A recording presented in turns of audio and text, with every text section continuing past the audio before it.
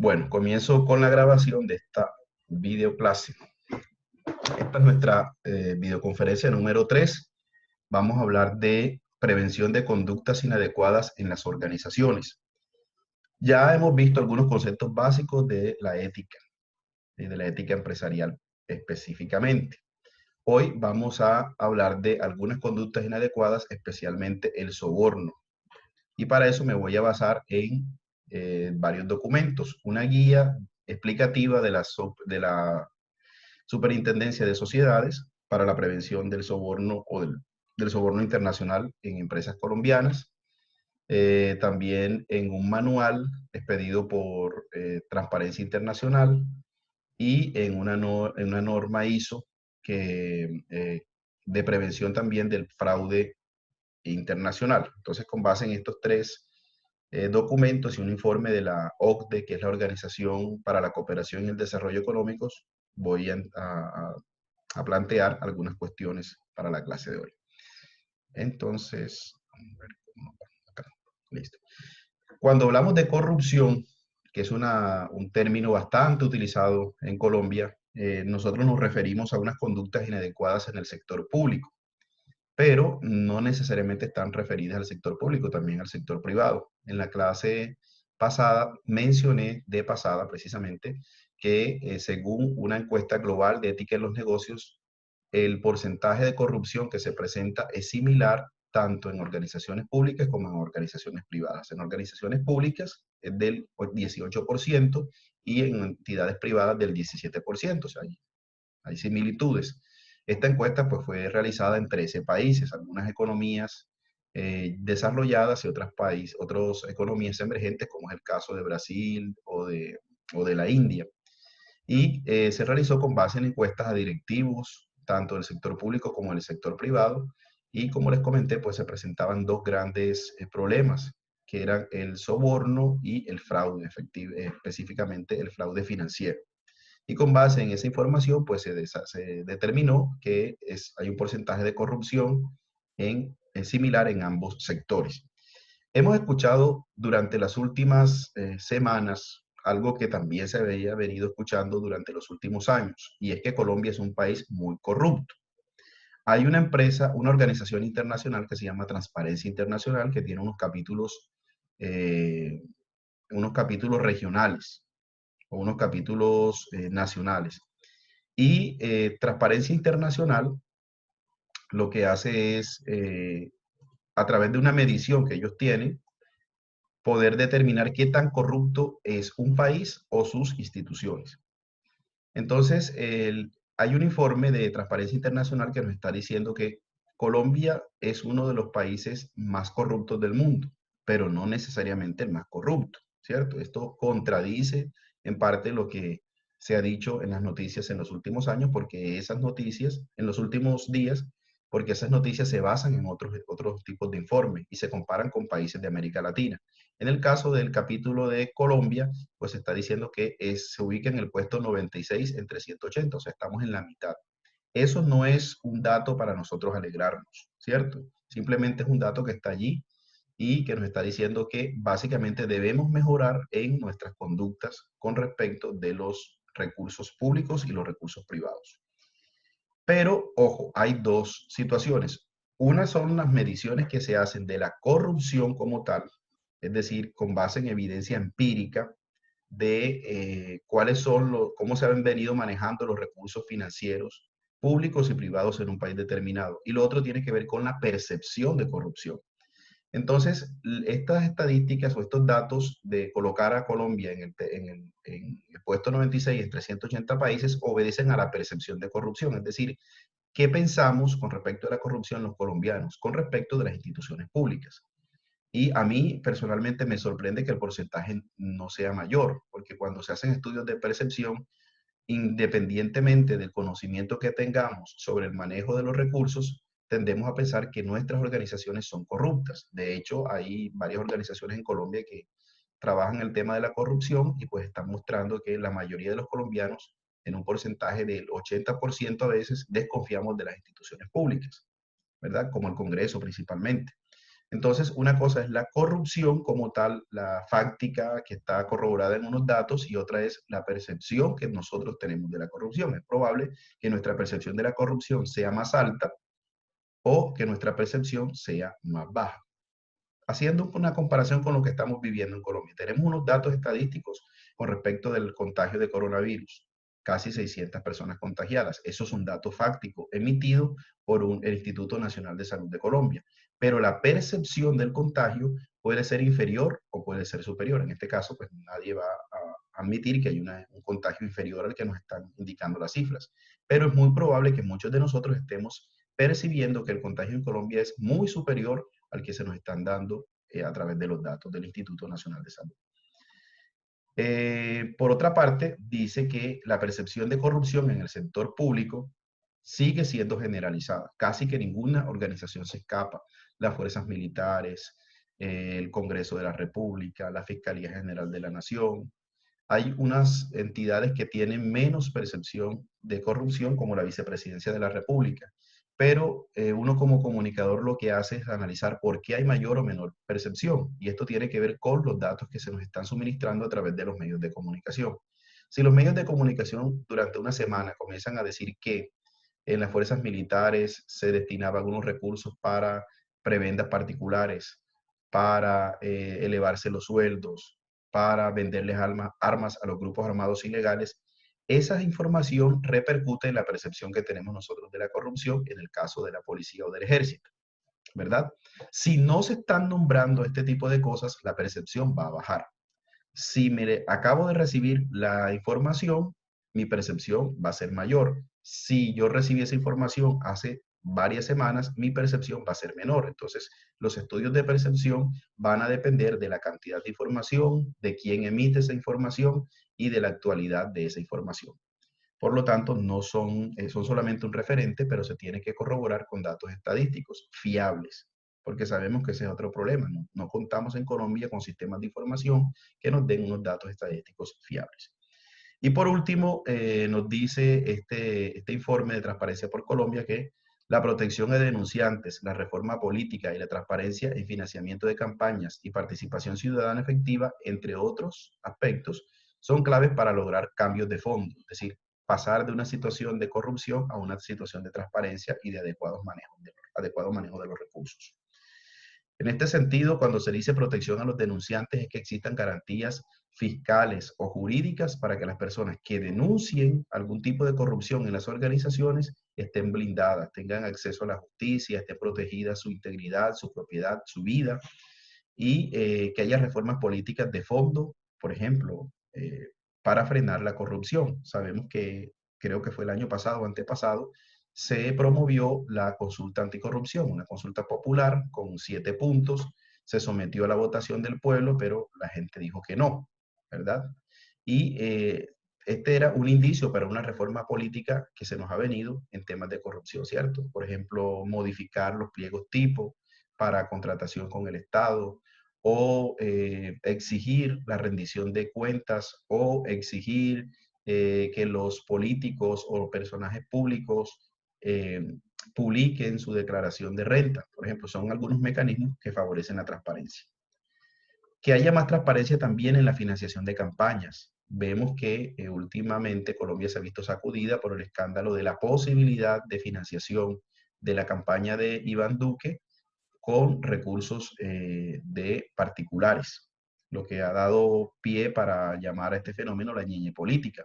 Pero recordemos que también hubo indicios de financiación de campañas con candidatos presidenciales en otros momentos, cuando se habló del financiamiento de la campaña de Santos, cuando se habló por parte de Odebrecht, o del financiamiento de la campaña de Oscar Iván Zuluaga también por dinero de Odebrecht, o cuando hubo financiamiento de la campaña presidencial de Ernesto Samper Pizano con recursos del narcotráfico, que llevó a la apertura de un proceso llamado el proceso 8000. Y por último, es importante, y esto lo siguen recalcando las organizaciones a nivel mundial, el fortalecimiento de la participación ciudadana efectiva ayudaría a mejorar los niveles de transparencia en el país. Es decir, que nosotros como ciudadanos utilicemos mecanismos de participación ciudadana contemplados en la Constitución y en la ley para poder tener mayor incidencia o fiscalización de los recursos. Un mecanismo de participación ciudadana puede ser los derechos de petición. Esto es un mecanismo, más bien, disculpen, de protección de derechos, un derecho de petición. Yo puedo presentar una petición respetuosa a una organización para que me informe o me dé información con respecto de los contratos, con quién se está contratando, cómo se contrató, cuánto se está contratando, qué se está contratando, ¿verdad? Es una manera que tenemos nosotros como ciudadanos particulares o agremiados a través de juntas de acción comunal o de comités de servicios públicos o de veedurías ciudadanas de hacer seguimiento a los recursos públicos. También está la rendición de cuentas por parte de los mandatarios de los entes territoriales. Ellos están obligados a presentar una rendición de cuentas en qué se están gastando los recursos, cuál ha sido la gestión de recursos que se han hecho. Es importante. Y también se ha ordenado a los entes territoriales publicar sus contratos, los montos de los contratos, los objetivos de los contratos en las páginas web. Esto que hace parte del gobierno en línea también va apuntando a la transparencia en el manejo de los recursos. Las empresas privadas no están obligadas entonces a presentar, por ejemplo, sus estados financieros, pero sí es importante que brinden unos canales de comunicación con sus clientes para que se encuentren tranquilos con respecto del manejo que se les da a los recursos de la misma organización. Por ejemplo, yo tengo mis pensiones en un fondo privado. A mí, si hay un cambio porque hay un nuevo socio, por ejemplo, a mí me notifican que hay un nuevo socio o cambio de dueño el fondo privado de pensiones. Eso me ayuda a mí a tomar decisiones de continuar en ese fondo o irme para otro, porque de pronto no estoy de acuerdo con las políticas, el actuar o la reputación del nuevo socio que entró o del nuevo dueño. Entonces, a mí se me debe notificar este tipo de situaciones para yo poder tomar decisiones de continuar o retirarme del fondo de pensiones. Les recuerdo que en cualquier momento pueden hacer sus aportes con respecto de la clase. Hay una pregunta. ¿Por qué blindar a la organización frente a conductas inadecuadas? Entonces hay varias razones. Primero, porque previene el daño reputacional. Ya esto lo hemos tocado en clases anteriores. Porque previene la imposición de importantes multas y sanciones. Hay empresas que han afectado su patrimonio por el hecho de no implementar y aplicar una serie de parámetros o de acciones para prevenir que se cometan conductas inadecuadas.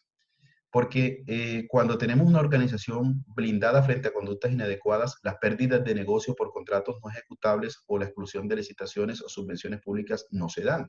Es decir, si yo tengo una organización y esta organización ha cometido algún tipo de conducta inadecuada, es probable que yo sea sancionado, que ya el Estado no pueda seguir contratando, por ejemplo, con el Estado, ¿verdad? He sido excluido de la posibilidad de licitar porque ya tengo una serie de indicaciones de que he actuado mal frente al manejo de recursos públicos.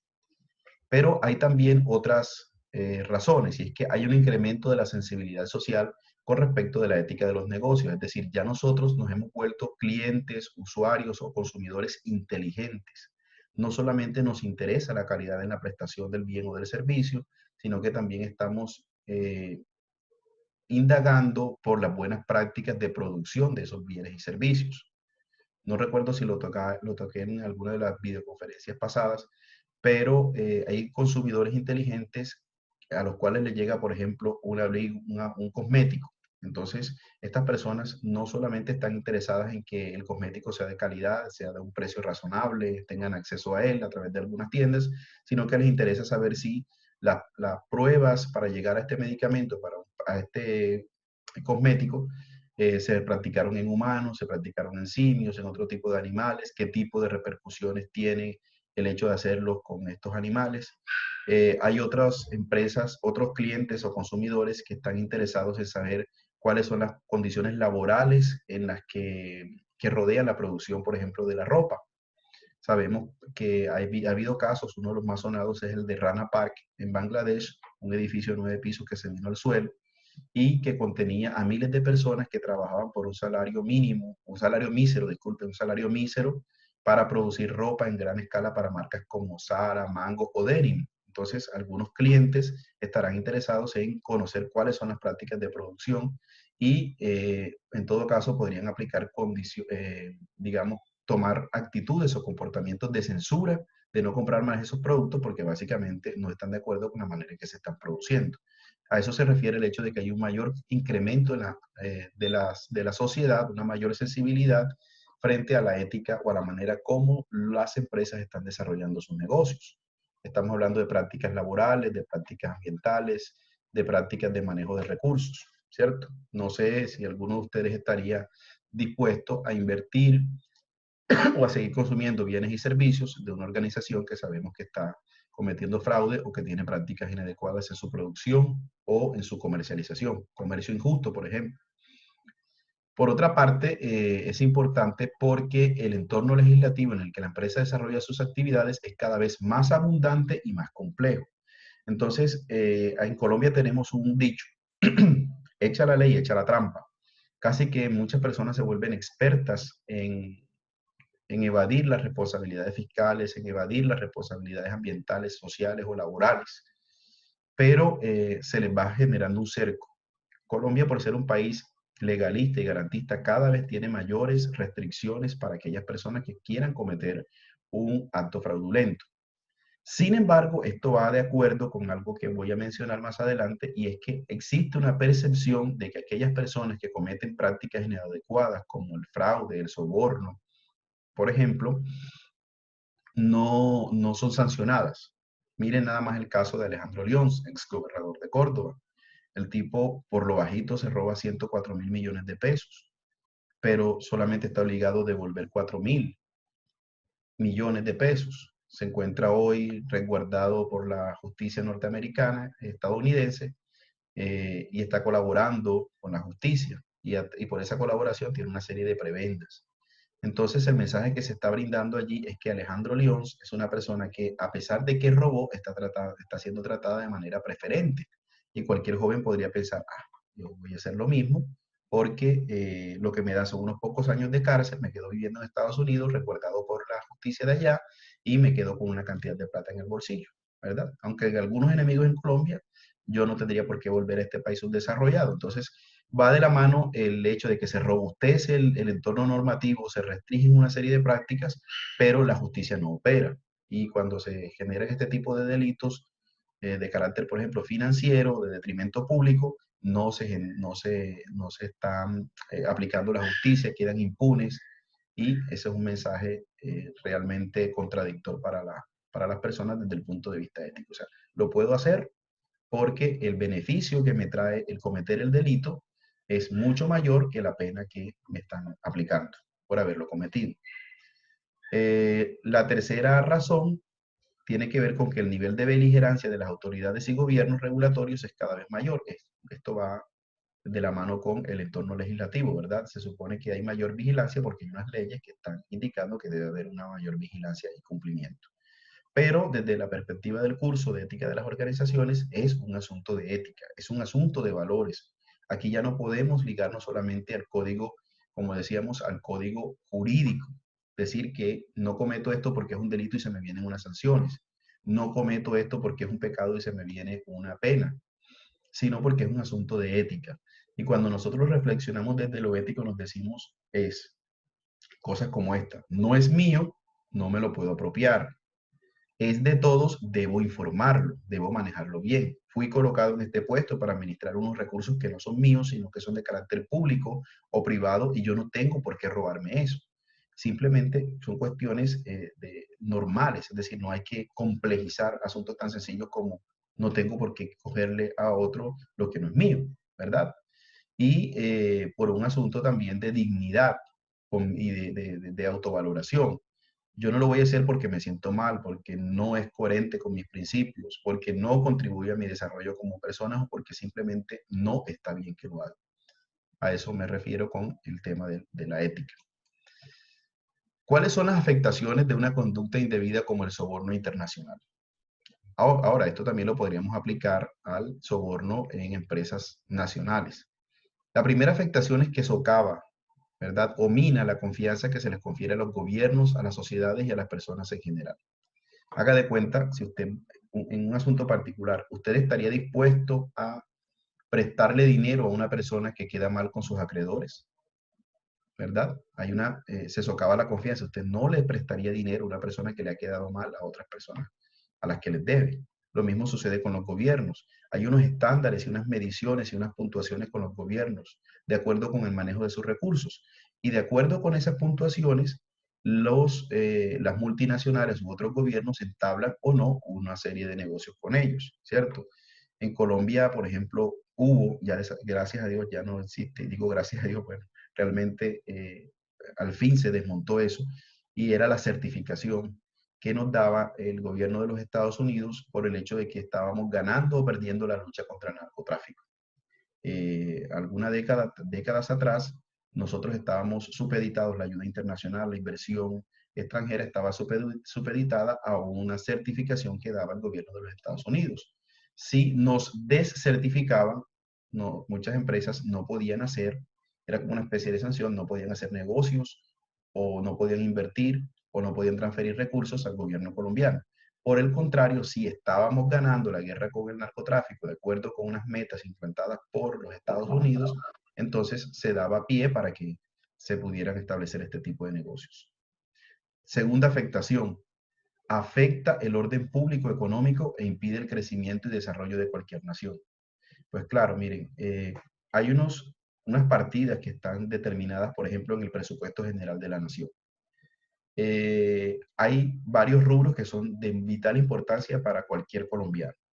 Uno tiene que ver con educación. De los 275 billones de pesos que están presupuestados para este año, 43 billones de pesos están destinados a educación. 39 billones de pesos están destinados a salud y seguridad social. Pero hay un rubro importante, 53, 54 billones de pesos, 59, no recuerdo, están destinados a defensa, a pago de la deuda. Y alrededor de 39 billones están destinados a defensa y policía. Entonces uno comienza a mirar que le da tanta rabia cuando uno se entera de que recursos destinados para defensa por el orden de casi 40 billones de pesos se están dilapidando, que se robaron la plata de la paz, que se están robando la plata para mitigar la emergencia por el coronavirus, que los militares están utilizando la plata para pagar favores sexuales personales, para comprar armas para los grupos armados ilegales, que los congresistas están legislando en beneficio de ellos mismos al subirse el sueldo o los honorarios.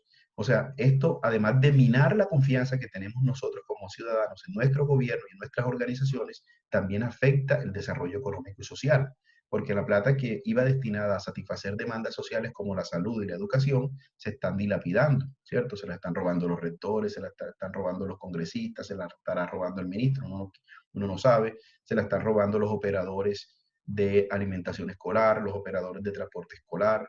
Bueno, es una cadena larga de corrupción y eso afecta el hecho de que nosotros no podamos salir de los niveles tan bajos en cuanto a calidad educativa que tenemos en comparación con otros países. O sea, nunca vamos a salir de la pobreza porque nuestra educación es precaria y existe una relación directa entre la calidad educativa y la cobertura educativa y la superación de la pobreza. ¿Y por qué no salimos de la pobreza? Porque hay un orden público económico afectado por la corrupción, ¿cierto? Y la tercera afectación tiene que ver con que afecta la competitividad de los países y pone en riesgo la gobernanza. Cuando dice que afecta la competitividad de los países es que precisamente al recibir dinero de una multinacional para actuar mal o actuar en favor de unas personas particulares, nosotros no tendríamos capacidad de respuesta frente a las eventualidades de lo que nos toca hacer. Por ejemplo, vamos a ponerlo en un ejemplo más concreto. Y lo vamos a mencionar en una próxima diapositiva. Yo recibo 100 pesos para ejecutar un contrato. Si a mí me dan 20 pesos para yo adjudicar ese contrato, a ver, yo voy a adjudicar un contrato por 100 pesos. A mí alguien me da 20 pesos por debajo de la mesa, como aparece aquí en la figura, en la imagen, para que yo le adjudique ese contrato a esa persona. Entonces, les doy el contrato, la persona ejecuta el contrato, pero ya tiene que sacar sus 20 pesos. O sea, el contrato no se va a ejecutar con 100, sino que se va a ejecutar con 80. mi capacidad de respuesta frente a un entorno competitivo y cambiante como el actual va a ser mucho menor porque tengo menos recursos. Esto afecta o pone en riesgo la gobernanza de las organizaciones y la gobernanza del país, porque no está dando respuesta a las demandas sociales, no está cumpliendo con el objetivo contractual en el caso de la organización, o por lo menos no lo está haciendo con los parámetros de calidad que se esperaban, porque los recursos con los que está operando ya son menores. Ellos no van a dar 20 pesos, y ustedes lo saben, si no los pueden sacar más adelante. Incluso sacan más de 20. Hay un informe de la OCDE que dice que en el mundo, en un rango de tiempo entre el 99 y el 2014, se reportaron 224 casos de soborno internacional. Ojo, reportados. No significa que haya habido más, de que haya habido menos. Estos 224, estamos hablando de casos de soborno internacional grave y que adquirieron mucha relevancia. Y que el total de estos sobornos internacionales correspondientes a estos 224 casos asciende a 3.1 mil millones de dólares. 3 mil millones de dólares. O sea, esta plata no fue a parar a la ejecución de obras o a la inversión o a la innovación o a la transformación digital o a lo que haya sido, sino que fue a parar a manos de particulares. 3 mil millones de dólares. Eso es mucha plata. De los casos que han sido reportados y de los casos en grandes empresas, porque los casos de pequeñas empresas no se están registrando y no es materia de investigación del informe de la OCDE, ¿verdad? Entonces, es probable que los casos sean mayores y el valor total de los sobornos transnacionales haya sido mayor. Bueno, sí. Para nadie es un secreto que los puestos esos como alcalde, concejal, congresista, senador, presidente, pues el sueldo no es lo que apetece el puesto, sino como lo que se ganan supuestamente cuando aprueban un contrato, que el 10%, que el 15%, que el 20%. Eso en realidad es verdad o es un mito que uno tiene, porque un sueldo de un alcalde son como 7, 8 millones, dependiendo en qué esté calificado, cómo esté calificado.